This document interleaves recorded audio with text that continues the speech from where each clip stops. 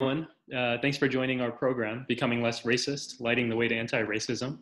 I'm delighted to have you all today here. We're discussing anti-Asian bias, and we're joined by two activists that you might know already through their work, Phil Yu and Jeff Yang. And I'm so excited to have them here and so grateful for their voices. This is actually a special episode that we're cross-publishing here on this show and also on their podcast. They call us Bruce. So we'll have a slightly different format today, but we'll still be doing the same deep dive into anti-racism that we do in every episode. Before we turn to our conversation, I just want to give you a quick word on the program. Our vision is to offer two things that we believe the world needs badly right now. First, we want to offer you insight into what's actually going on with racism. And that's why each episode focuses on a particular aspect of racism and helps us go through it to better understand it. As James Baldwin so beautifully stated, if I love you, I have to make you conscious of the things you don't see. The other thing we hope to do here is to receive guidance from our expert guests on how to move from just understanding racism into taking action. And this comes in different forms. It could come as wisdom on how to grapple with the racist ideas embedded within ourselves. It may come on guidance on how to be an activist and deal with problems outside of ourselves and inside of our society. But at the end of the day, we're really looking to move towards action. So that's the vision for today. That's the plan. And thank you all for joining us here. Let me just introduce our guests briefly. I followed the work of Phil and Jeff for years now, and I've learned so much from them along the way. Angry Asian Man was actually one of my own introductions to online activism. And it's been a force for many of us thinking about how we're minoritized and marginalized. And so Phil has played a really important voice in helping me find my own voice online. And Jeff is a force as well. And I've learned a ton from reading his pieces on CNN Opinion. It sounds like he has another one that he's working on for today. And he has this fantastic book that I love called I'm Jackie Chan, My Life in Action. So I'm grateful to them for joining us, and Phil and Jeff. Just wanted to start by checking in. How are y'all doing today? How are y'all holding up? Every day is like every other day, it feels. But holding up pretty well. I'm actually on vacation with the family and trying our best to get away from it all while also staying away from everybody. So it's kind of a tough line to walk there. Phil. Yeah. I just, it's pretty much the same thing it has been for the last, I don't know, I've lost count of how long we've been like this, but hanging in there and trying to keep it together and keep a clear head about everything that's going on. And then witnessing the world through this small little window, try not to just, scream. That's pretty much it. Yeah, I appreciate that. And I want to jump in by just getting right into it. And the way I like to start with asking my guests is just to give us a sense of your own experiences with racism. Could you share with us your first real memory of dealing with racism? Wow. Jeff, you want to take that one? Yeah. Sure. I mean, the first experience and the first real experience kind of bakes into it a question I think a lot of people have when they talk about racism, which is what is quote unquote real racism, right? Is something as seemingly trivial as somebody calling you a slur as a child in the playground, quote unquote real racism, or does it have to escalate to threats of violence or overt discrimination or otherwise? And I guess the way that I address that is I grew up as one of the very few Asian people in an extremely white enclave of New York City. I lived in Staten Island, so it wasn't just white, it was a particular kind of white. It was mostly people who themselves, were immigrants or post-immigrants, white ethnic people who are Italian American, Irish American, etc., but whose perspectives on people of other races very frequently uh, didn't take into account that they themselves came from those origins, from abroad and apart. I certainly recall the sort of typical experiences, the ones we talk about on They Call Us Bruce, right? Literally having kids strike martial arts poses at me and suggest that I come at them with the kung fu that I did not have. But I think the first incident that really underscored to me the environment in which I lived in personally was the first time my parents allowed me and my sister out for Halloween. And it was, part of an exercise in which me and my sister were trying to convince our parents to allow us to engage in American holidays, right? It began with Christmas, then Thanksgiving. Both of those had vaguely religious connections that they embraced in various ways. Thanksgiving, of course, is a favored immigrant holiday across many different categories, religious or not. But Halloween was something that they always had a little bit of an issue with, not least because it felt, my parents, deeply Christian, it felt vaguely, weird and satanic. It was expensive and felt incredibly dangerous as well, sending your kids out into the night to beg for stuff from neighbors who, in many cases, took kind of had an askance view of the fact that we were making their neighborhoods less white. So we did nevertheless convince our parents. We did not have costumes, so my parents sent us out in essentially wardrobe that we wore for Chinese school. My sister had kind of her dance outfit, sort of ribbon dance outfit. She basically looked like she should be performing in Cirque du Soleil. And I was in a judo gi. I didn't do kung fu, but I did do judo at the YMCA. And so we went out to the night dressed like that, and almost instantly were set upon by the sort of roving gang of teens who threw eggs at us and called us, various kinds of ching chong names. We managed to fend them off because my sister actually happened to be carrying a parasol as part of her outfit, and used that to sort of block the eggs as we ran back home. And that was our first Halloween. So it was a little bit more trick than treat, certainly. Hello, racism. Ouch. Okay, so for me, this was not my first memory of it, but it's the most vivid and the one that has stayed with me all these years.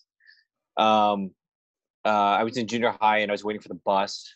I was at a bus stop waiting for the bus, and this car stops at the light right next to the bus, and then there's a group of teens inside, loud music, all that stuff, and then the light turns green as they start going and they pass me.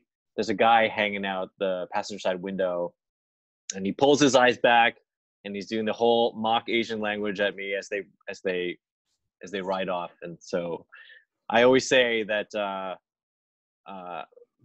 getting ching chonged is kind of like that's like standard issue, like schoolyard growing up in America type experience. But then in that case, I got drive-by ching chonged, and so that was wholly unfair, as I had no way to retort. So, but that one has stuck with me because because I remember telling my friends about it afterwards, and they laughed and they thought it was funny, and I was just like, man, forget you guys. Like, yeah. So that has stayed with me many years now. Yeah, I feel just to add to that whole point of like standard issue ching chonging, right? It really is kind of like for East Asians, the racism starter kit that we all have to actually deal with, because it's so ridiculous, so trivial seeming, and yet once actually that objectification, that sort of sense of othering sets in, especially once you get to a point where you start dismissing in your head, it opens you up to an acceptance of a certain status in your society, of you as somebody who does not belong, that will follow you for the rest of your life. And whether it comes with a pelting of rotten eggs, or simply somebody driving away laughing hysterically, that little wedge that goes into your brain, it just widens and widens and widens, and takes a long time for you to overcome that. Mm. Yeah, let me ask you more about that, because that really struck me when both of you were talking. I think because that's my own recollection of our childhood, and not just schoolyard friends or peers. Like, it was also me making those same kinds of jokes and laughing because I thought they were funny. And so here we are in 2020, and we're grown men now, and we're looking back at that, and like, we're kind of laughing as you tell these stories, because not for the same reasons, I think, but kind of in thinking about how we've done, how ridiculous it is in a sense. But I think one of the challenges, especially for me, is where you're taking us, Jeff, and that's it seems trivial, right? It seems like a joke, and a lot of times people, when we talk about racism and racist jokes, they'll sort of shrug it off and be like, "Oh, I was just kidding. It doesn't really matter." And so I'd love to hear you both talk a little bit more about why it matters, right? Like, Phil, you're telling this story from decades ago, I guess, a couple decades ago, but it stuck with you. And like, on the one hand, you're kind of laughing about it, but on the other hand, it seems to have made an impression. And so why does it seem like it sticks around so much? I think, well, one, we're laughing because of the pain. Like, we laugh because it hurts, and that's where the comedy comes from. No, I think that it's not just any one incident that really sticks with you. It's sort of the collective pain of like all these little cuts along the way that you have to endure, and then the part of, like, Jeff, what you're saying about the acceptance of it, you become like you internalize it, and it becomes part of you, right? You develop this thicker skin, and not necessarily for the better, but like because you have to.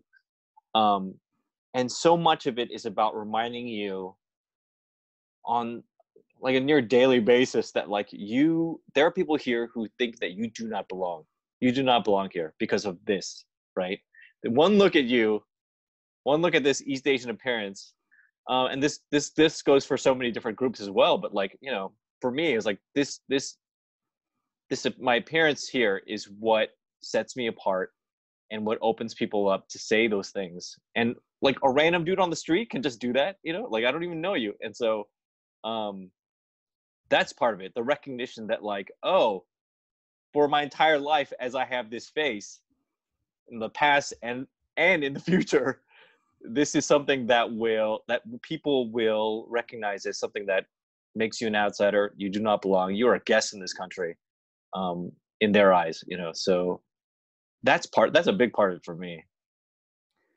Yeah, I would add, it's not just guest, it's sort of ungrateful guest, right? Anytime we choose to complain or raise our voices, especially when we raise our voices, not just for our own communities, not just in the face of our own threats, but if we choose to stand in solidarity with other people who've encountered racism, there will always be people saying, if you don't like this country, if you don't like how we do things here, then leave, right?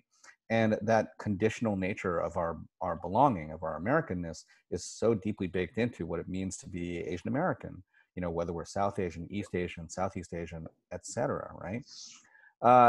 But I think that notion of what happens when you accept petite racism, right? The sort of petty offenses or the scorch marks of just simply living as a person of color in America, as an immigrant in America, as being okay. It's not just thicker skin in the sense of like, okay, now I can deal with it and laugh at it as an adult, haha, it's okay.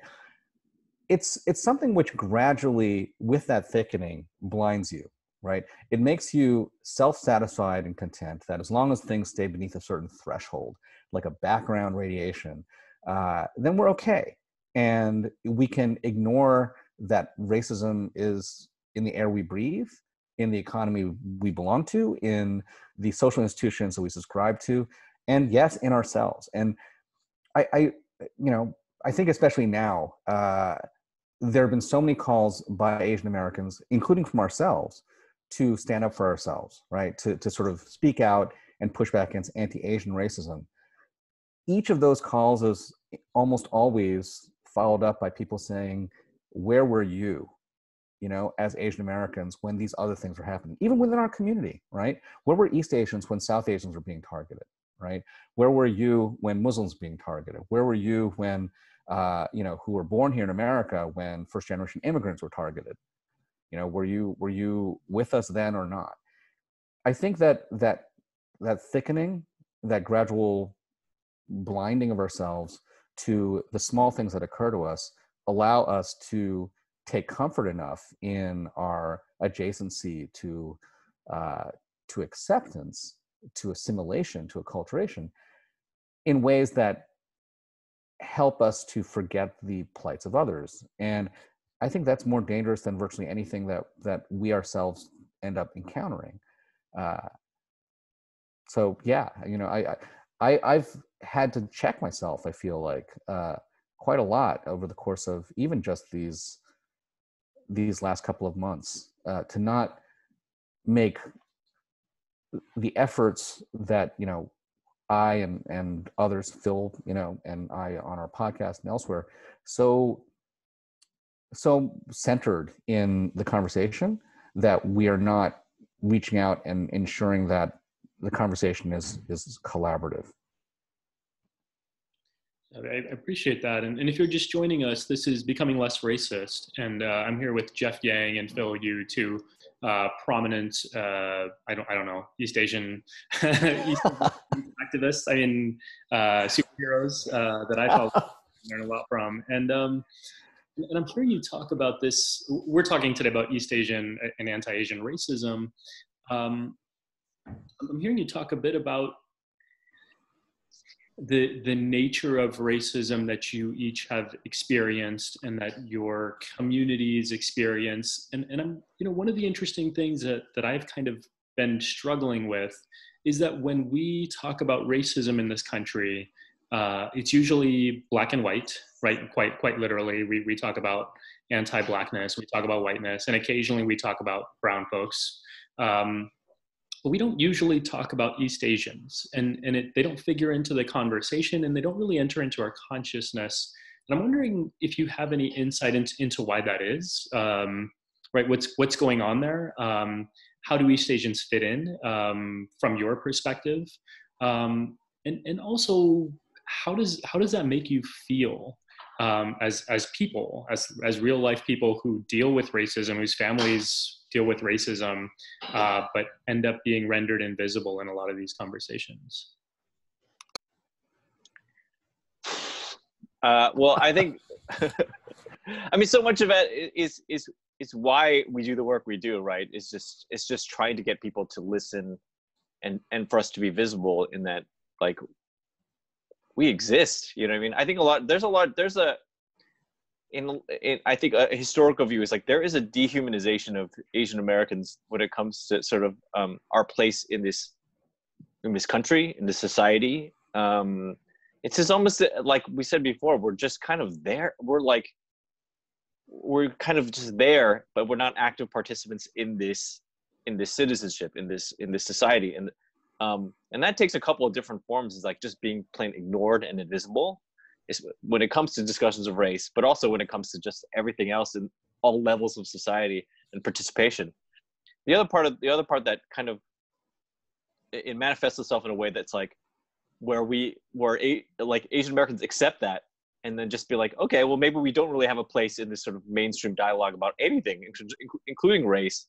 And so maybe we should just extricate ourselves and we can just get by not having these hard conversations or not even participating. And I think that's a view that a lot of Asian Americans have that has been kind of disrupted in recent months, just because like we cannot ignore this, the kinds of things that's happening right now. And so I think that's a good thing. And for the conversation where people say like, where have you been all this time? Like, where have you been? It's like, like it's okay to be like, to own up to them. Like, you know what, I wasn't there, but I'm here now.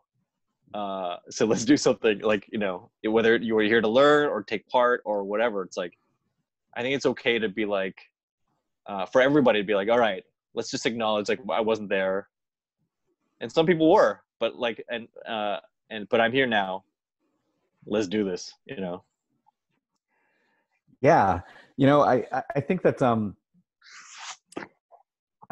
there has been an absolute change in the weather when it comes to a lot of the conversations I'm having with fellow Asian Americans. There's been a gradual and then more sudden politicization of Asian Americans that has occurred over, really even just the last decade, right? But certainly over the last 3 months or so, there has been a sharp awakening to the fact that being Asian American, being comfortably Asian American, does not vaccinate you from the realities of a world that will not allow us to be comfortable, that will in fact use us or target us or otherwise exploit the very passivity or quietness that we've been stereotyped with.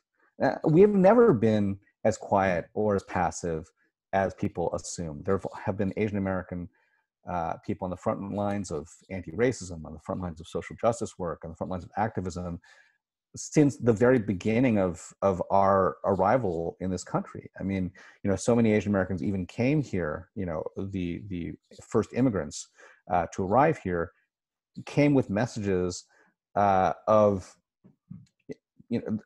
that were sort of focused on pushing back against injustices in their own countries and in America. And those things are often lost in the history books. They're eluded with so many other aspects of our culture simply because we don't control those narratives, right? At the same time, there is some truth. That notion of being comfortably Asian American is something that is an artifact of our privilege. I think especially those of us who had the fortune of being educated, of coming from middle class and upper middle class backgrounds, of having investment and resources made in our futures by our parents even, right? Those are all things which have left us cocooned a little bit in our own safety and our own self-satisfaction. So that has contributed to us not being a big part of this racial conversation in many cases, certainly as a mass, as a community, right? What I think has also clearly occurred is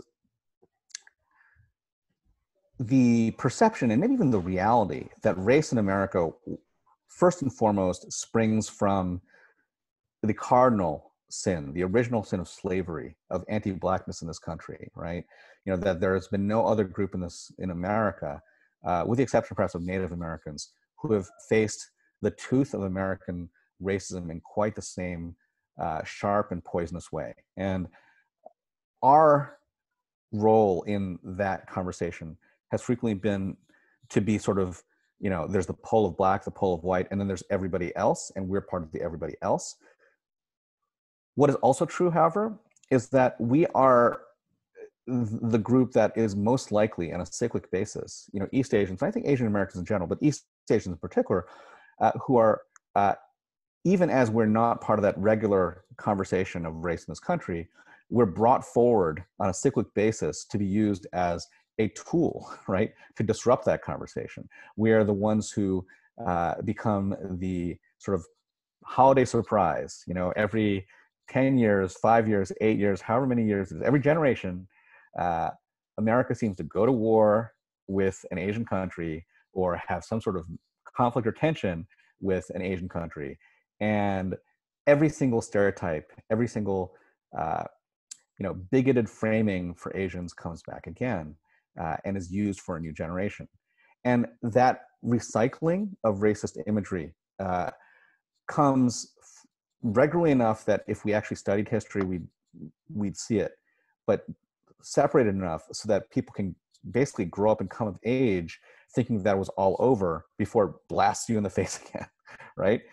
So I think a lot of the work that Phil and I try to do, even with just the podcast and the writing we do and so on and so forth, is to remind people that this is not new, that this has happened before, that we as Asian Americans need to be prepared and conscious and alert and awake, right?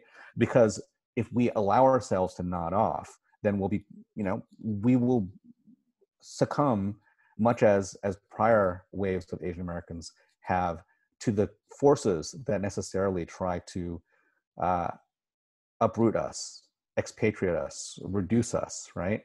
And that we can only do so if we're in allyship with others.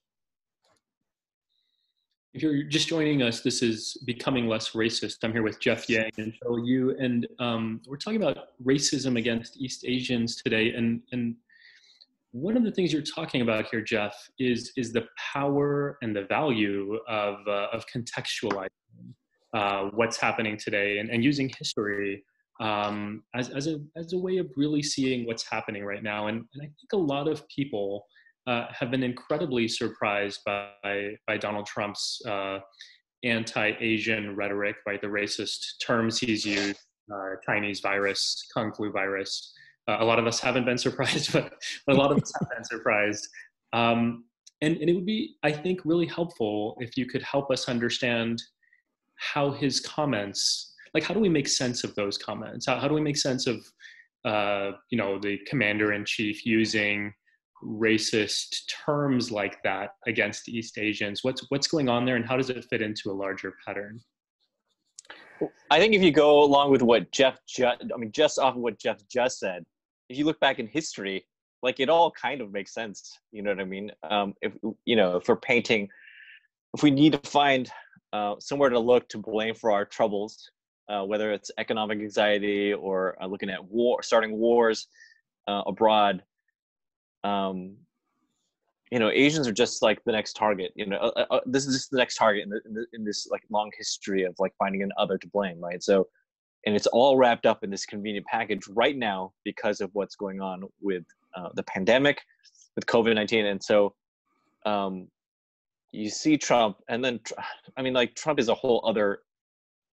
Like he's a figure who is perfectly placed to do all this stuff. You know what I mean? Not just being president, but like being the person that he is. But that aside, like using, especially now we're in an election year. We're in an election year in the middle of a global pandemic, and we, the Trump administration always been at odds with blaming China for what this and that and everything. It all comes together, and like it's a perfect storm of like, you think things are bad right now. As we head closer, hurdle towards election day, the rhetoric will get stronger. It's you see that like his followers and his but also the people, his opponents, like they eat this stuff up. Like every time he says Kung flu, it's a headline for 3 days. It's a and he recognized that as well. But I think it's sort of, he's lobbing grenades in an effort to sort of to just get towards election day, but and the Biden, honestly, the Biden campaign is also guilty of this as well. Like the first big attack ad that they launched was also an effort to distance themselves from China as well. It's like China becomes the target in which we can all direct our anxiety and aggression and everything towards, right? And whoever can distance themselves and be the most aggressive towards China is the one that's going to win this election. I mean, I think the path was laid, and so that's all part of it. It becomes an easy thing to sort of, and of course, like the fallout is us Asian Americans here, East Asians, right? Who, for many people, it's like there's no distinction. We can just kind of, I can, like, you see that Asian face on the street. It's like, I'm angry. Let's let's direct that aggression towards somebody. And so you saw that the minute like the pandemic hit the streets, like the hate hit the streets as well. Yeah. I think what's particularly pointed about this moment is to, I think, your point earlier, Simran, how little surprise we really should have that this is occurring now, right? That the people who are shocked, who are evincing that somehow this is something they could not have possibly predicted, that the rise of Trump, would lead to the kind of racial targeting that it has. Those people are the ones who, either through their active or passive collaboration, have allowed this to happen, right? To say that you're shocked now is to say that you've blinded yourself purposefully, that you've chosen to be ignorant of both history, Trump's history, but also American history, right? Nobody could have predicted that we'd be in the middle of a global pandemic at this very moment, but I think anybody could have predicted that global pandemics would arrive at some point in the future. And in the past, when we've seen diseases come from abroad, especially from Asia, those diseases have been associated with humans. And the first way that people actually attempt to curtail the disease is by targeting people. They block migration, right? They restrict travel. They herd people into geographies and exclude those geographies. They start referring to those individuals as not humans, but as carriers, right? We saw that all the way back at the earliest days of East Asian immigration, specifically Chinese immigration to America in the late 1800s. One of the things that actually was utilized as an excuse for abuse, isolation, and restriction of Chinese migration to America was an outbreak of bubonic plague that occurred in Chinatown. It was associated, by many with slanders like, oh, it's because Chinese people are dirty. It's because Chinese people eat rats and rats carry bubonic plague. It's because they are, foul heathens who don't do any of the things that we civilized individuals associate with hygiene and sanitation and medicine, et cetera, right? And that sense of using disease, of pestilence, as a way to objectify Asians over time has continued all the way through to our more present day. If you remember SARS, if you remember bird flu, all these things were diseases that originated or that really had their greatest initial outbreak in Asia, in China, and in each case they led to circumstances where Chinese in America were then excluded, shunned, attacked, stereotyped. So we've seen this all before. This is a bad rerun of a crappy movie, right? But even though we see it keep on coming back, we still claim to be surprised.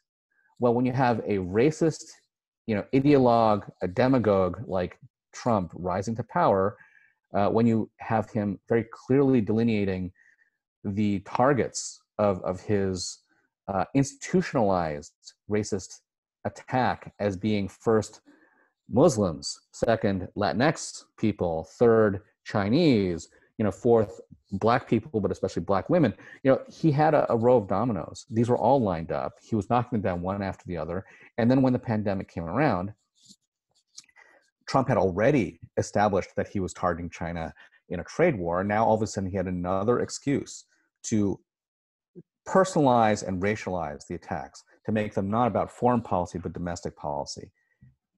And that has always been the case for us as Asians. Anything that occurs abroad impacts us here. Anything that is seen as geopolitics becomes domestic policy and impacts us as people, as individuals here in America.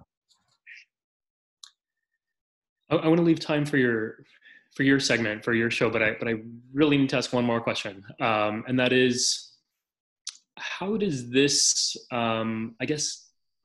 criminalization and dehumanization of East Asians square with the model minority setup, right? So on the one hand, we look at East Asians as dirty, disease-ridden, all those things that you described. And on the other hand, they are our shining examples of what it means to pull yourself up by your bootstraps and achieve the American dream. And so how does it work that it's possible to have those two exist in tension with one another at the same time? Well, nobody said racism make any sense. I mean,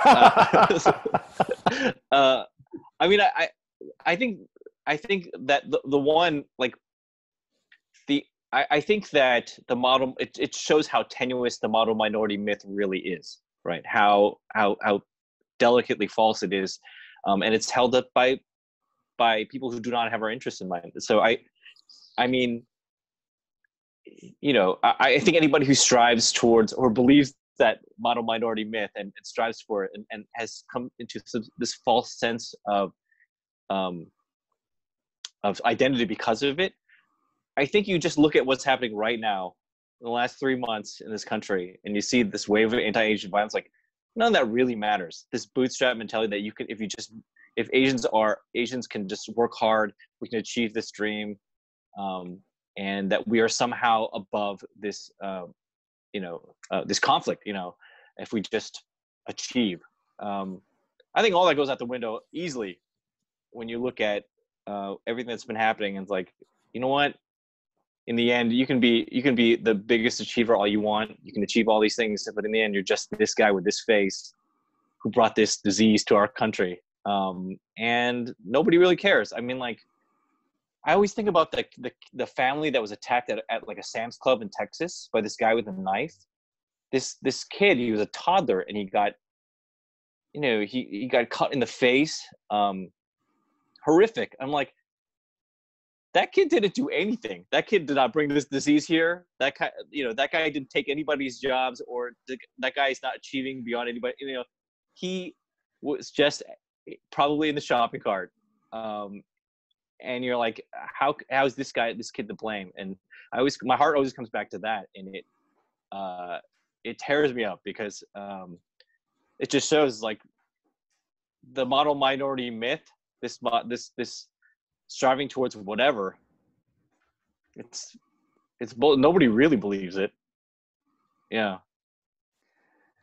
That point that racism doesn't have to make sense, right? Racists are perfectly capable of paradox, of being able to be racist publicly to people who they don't know, while being married to or parents of or friends with grandparents of those same types of people within their own families.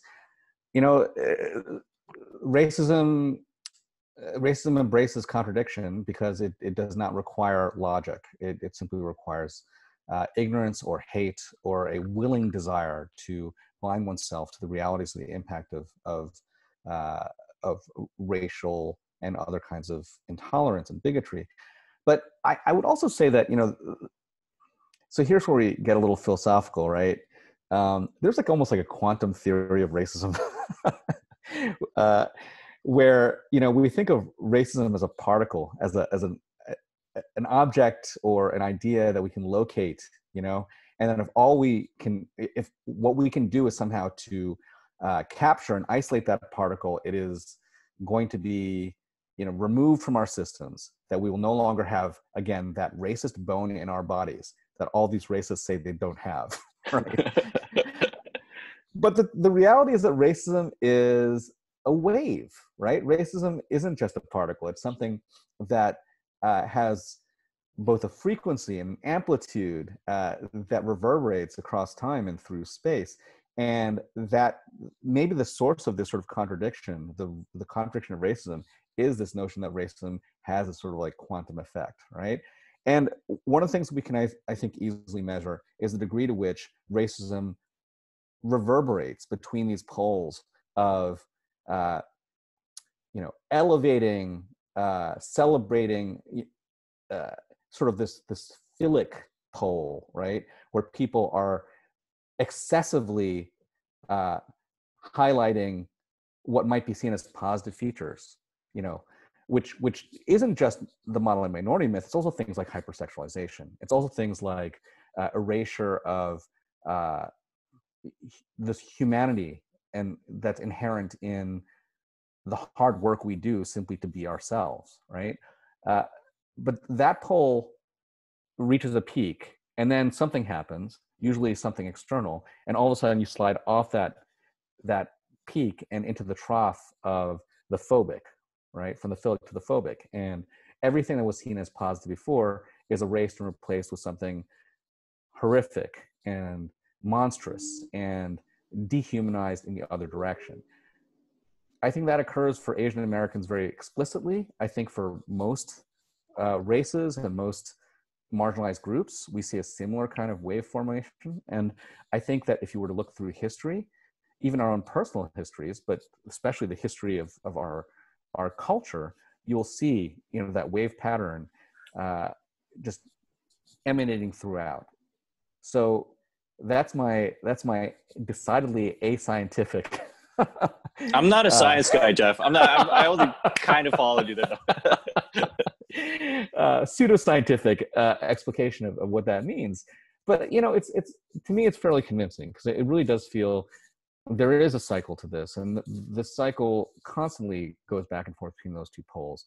And at either end of the pole, we suffer, but at one end, we suffer as objects of fascination and desire, or, you know, and the other objects of fear and hatred. Yeah, thank you both for all those insights, and I'm happy to pass it back towards you. I know we're running a little long here, but I know you have a segment you want to push for your show too, so let's go ahead and do that. Yeah, so this is a joint between Becoming Less Racist and They Call Us Bruce. So we wanted to try a hand at our signature segment of They Call Us Bruce. We call it the good, the bad, and the WTF. Jeff, you want to lay down the rules of engagement? Yeah, that's the tradition, I guess. Let me explain how this game is played. This is, as Phil mentioned, our signature segment. It is the thing that we do with each of our episodes. With our guests, if we have a guest, and in this case, we have a guest who is also a host. That is you, Simran. What we do is we take a topic and we serve it up three ways, right? We look at it in a roundtable format from the dimensions of the good, the thing that we individually want to celebrate about that thing. We feel it's positive, joyful, exhilarating, and inspirational. Then the bad, the thing that we are upset, horrified, irritated, annoyed by, aghast at about that subject, or even just things that we've encountered along the way around that subject that are negative. And then finally, the WTF. Now, the WTF is the hardest round in some ways, but also most interesting, because it's not necessarily good or bad. It's a thing we're still puzzling over.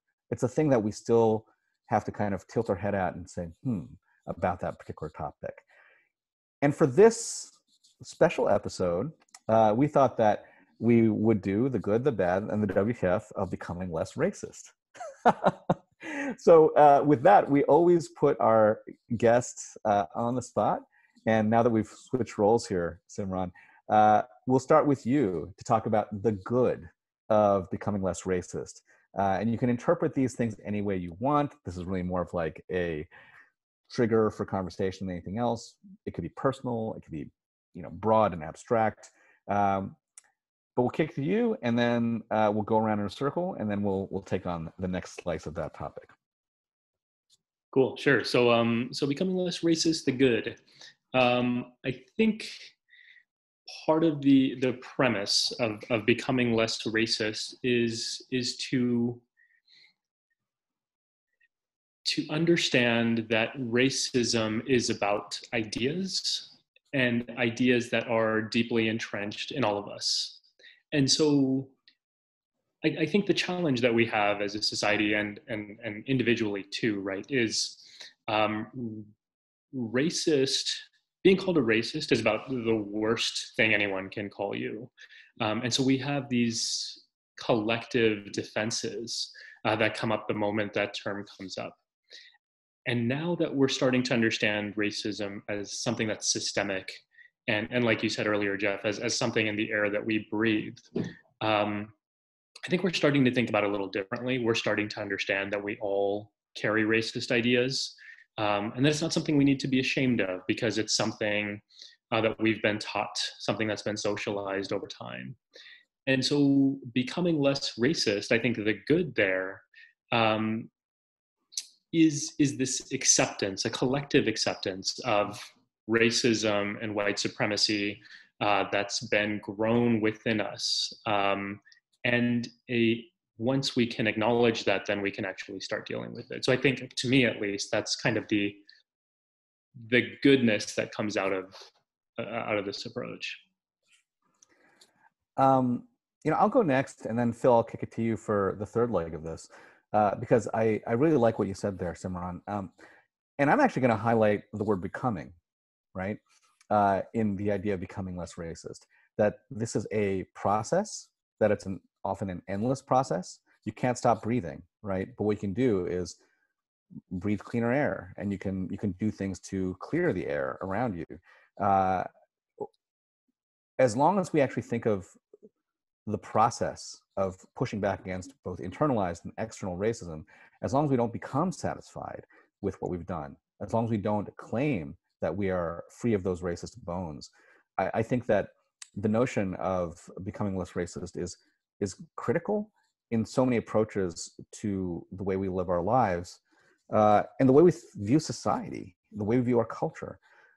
It's actually in some ways more challenging to deal with those who are, I think, good in their intentions, but in being good and in being well-intentioned, refuse to accept and embrace their participation in a much larger context of institutionalized racism than it is to simply push back against verbalized and overt and obvious racism that just blasts you in the face.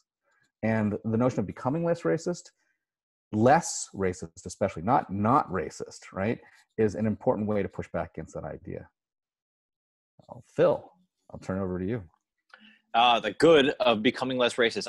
I'm gonna highlight the actual real world manifestations of what this is starting to look like, and I'm thinking about like things like actual monuments to racism, like literally being toppled, in ways that and it's not just that, but all these things that we thought would never happen, that we would never see, and conversations that we never thought we'd see from people that were unheard of, like suddenly becoming real, and it's everything from The Simpsons saying that Apu will no longer be voiced by a white guy, and other animation roles, like things like that, to the actual toppling of racist monuments, things that people held on to for a long time and for the sake of tradition. And you're like, you know what? It doesn't have to be that way. And this conversation can start here. And a lot of them are just things that nobody ever really imagined it was worthwhile or thought it was too entrenched to happen. But it has to start somewhere. So I think that's pretty cool. That's my good. It's very well said. I mean, people, I think, especially in the notion of toppling monuments, you have people who are actually willing to die and kill for statues that stand for dead losers and traitors, and that just goes to show how important it is for us to interrogate this aspect of our culture, even as we look to address things like state violence against Black people, and institutionalized racism in immigration and things like that. These are just as important. So that is the good. And Phil, I'm going to kick it back to you to talk about the bad of becoming less racist. I also know we're probably short on time, so I'm going to keep it quick. But okay, the bad of becoming less racist. I think it's the work of trying to convince someone that something is actually racist. I feel like so much energy is expended on just trying to convince people, yes, what happened to me, or this thing, this is racist, and you spend so much time arguing about that as opposed to the solutions. You're like, I'm just trying to convince people that this is wrong, and that is an energy sucker in a big way. So that's hard work. No one said it was going to be easy. Yeah. All right, Simran, the bad of becoming less racist. And in that, actually, maybe it may not be your answer, but I am kind of curious about how you chose that title as the title of the podcast. Yeah, I'm happy to speak to that. And I think the bad, as it relates to the title of the show itself, um, is that it implies that the bar is low, right? It implies that the bar is less racist, which in a sense, like, I'm good with that, right? Like, if everyone was just a little less racist, life would be a lot better for a lot of us. So it works in a sense. But I think the goal, and this is what we opened the show with, is the goal is not just to be less racist; it's to eventually become anti-racist. And so, yeah, the fear of this title in my heart is, or the bad of the title in my heart, is that people might take the header and just be like, okay, that's what I need to do. The reason that we ended up choosing the title goes back to what you were saying, Jeff, which is I really believe that this has to be a process, and we have to leave space for all of us to undergo this. And so I think so many of our conversations around racism are overly politicized and overly polarized to the point where it leaves no space for all of us to actually be vulnerable and grapple with these things that have been grown inside of us. And so I wanted to indicate for people that this is a space where we'll do that together. And I try and be honest about my own complicity within racism as I've experienced it, not just as somebody who's racialized, but also someone who has racist ideas in his own head. And I think for me, I don't think we can get much further. I don't think we can go very far. I should say we can't go very far until we start doing this together. And so that's where the title really comes from. I appreciate that. Yeah, I think that what you raised as the challenge inherent in the phrase becoming less racist, the sort of sense that less is enough as opposed to keeping on making less even less, that is a problem that we're actually seeing literally right now. Lots of people saying we've become less racist. That should be good enough for anybody, right? We have toppled 4 statues. Why should we do 20? We have made it a little harder for police to kill Black people. And we've captured like 5 people who have done so and arrested them. That should be good enough for anybody. I think that right now we are facing this backlash to this initial wave of backlash against our racist history and our institutionalized racist present, right? That is incredibly problematic and toxic. People saying we've done enough. Time for us to actually just sit back and assess, slow it down a little bit, as if there's going to be another moment coming soon in which these things can be done. I think, there is a sense in which the crisis has manifested, the crisis of Trump, the crisis of the pandemic, the crisis of our economy, in such a way that we have a singular opportunity to do a lot of things now. And I know that there are voices out there saying that we are moving too fast and breaking things, and that there is perhaps an excessive reaction in some cases. But the reality is we have had hundreds of years of baking these things into the clay of our nation, the bricks that were laid into our nation, bricks that were laid by people who were enslaved, right? Who were brought here, by people who were dragged here as immigrants and in the case of East Asians, right? And offered a certain opportunity that they did not receive for decades later, baked into the clay of America by people who, as soon as they got here, when we're talking here about white immigrants, in many cases, embraced the myth of American whiteness as the center of their being. It's going to take a lot of breaking for us to actually make a society that isn't resting on that foundation. And while nobody, thinks this is not going to be hard and painful, nobody should be thinking that it should be over this quickly. All right, sorry. It should be faster and in this last round, but I will take the first stab at the WTF of becoming less racist. I'll kick it to Phil, and then Simran will ask you to close things off.